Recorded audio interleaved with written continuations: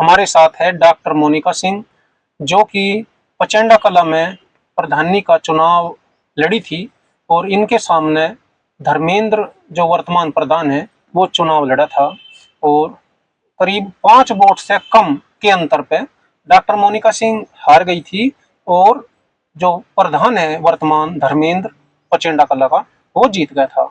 तो डॉक्टर साहब फिर मतलब क्या वो आया फर्क जो फिर आपके बाद मतलब उसमें भी चीजें बढ़ती चली गई, विवाद बढ़ता चलेगा? 2021 में मैंने रिजर्व सीट पर चुनाव लड़ा था और धर्मेंद्र ने भी चुनाव लड़ा था। उसका जाति का जो प्रमाण पत्र था वो कोरी जाति का था, जबकि वो हिंदू जुलाहा कबीरपंथी है। सारे साक्ष्य जो हैं वो इसके जुल्हाए के हैं। नामांकन ने जब किया था तब इसने जाति प्रमाण पत्र अपना बनवाया था।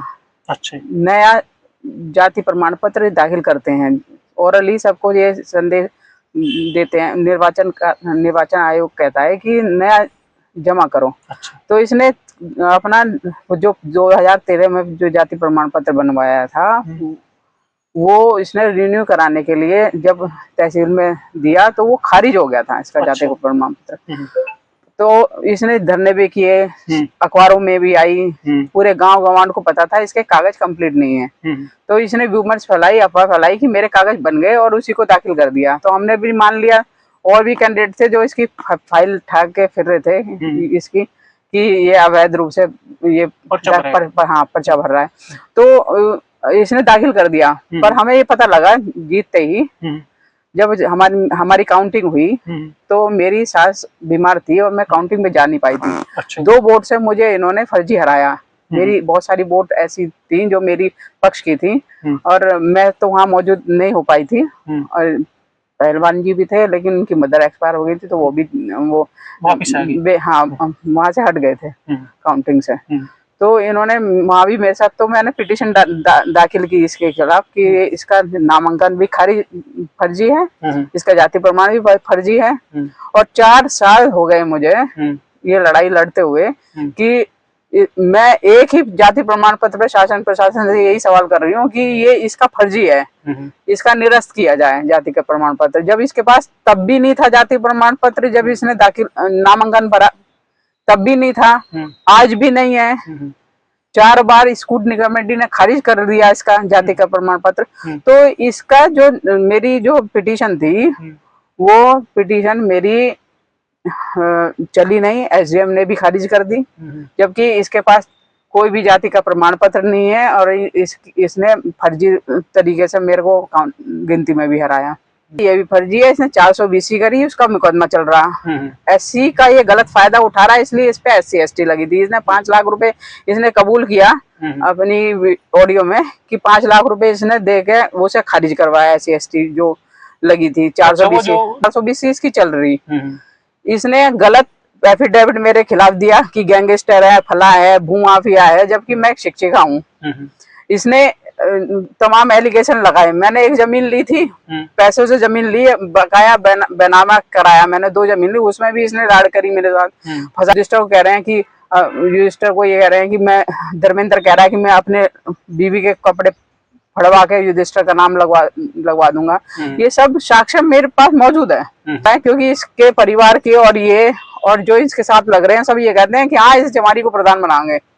और बदतमीजी इन्होंने लगातार ही बदतमीजी करते हैं मेरे साथ। जब भी उसमें आते हैं तो एफिडेविट गलत एफिडेविट में 27 गवाह इन्होंने कि फर्जी खड़े करते हैं एफिडेविट सहित। तो उसको मैं चैलेंज किया, मानहानि का दावा इन पे मैंने कर रखा है। 499 का दावा भी इन पे कर रखा है, 340 का मुकदमा भी मैंने इन पे कर रखा है। तो ये सब मुकदमे को बचने के लिए बस युधिष्ठिर को फंसाना चाहते हैं।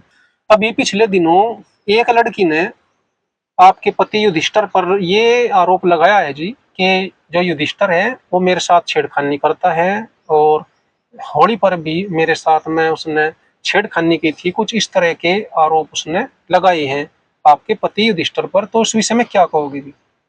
मैं यही कहना चाहूंगी, मैं बार बार यही कह रही हूँ। मैंने प्रेस कॉन्फ्रेंस भी की थी, मीडिया में भी बताया था कि ये लोग युधिष्ठिर को फंसाने के चक्कर में हैं। जितने तमाम मुकदमे चल रहे हैं उसे फंसाने के चक्कर में हैं।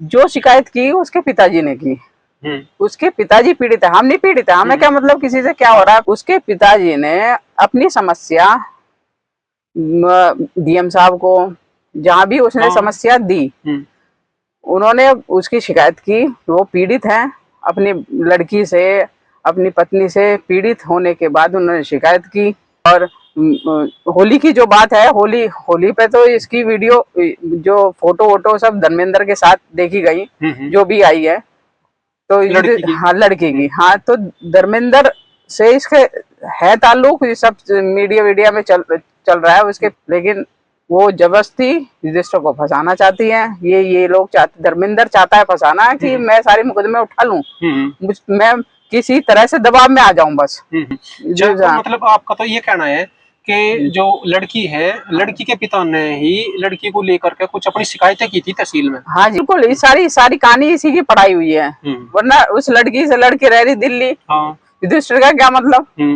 और फोटो वायरल हो रहे उसके प्रधान के साथ, उसके होली पे युधिष्ठिर से क्या मतलब। युधिष्ठिर सारे दिन मेरे साथ रहा, हमारे साथ फैमिली के साथ रहा, उसके साथ कहाँ छेड़खानी करने पहुंच गया, क्या मतलब। किसी ने देखा हो, कोई साक्ष्य हो किसी तरह का, युधिष्ठिर को तो माना भी जाए, किसी तरह का कोई साक्ष्य नहीं है। जो फोन की डिटेल है ये निकलवा लीजिए आप, होली पे 65 कॉल धर्मेंद्र प्रधान के साथ तो मिल जाएंगी उसकी सीडीआर में, ठीक है।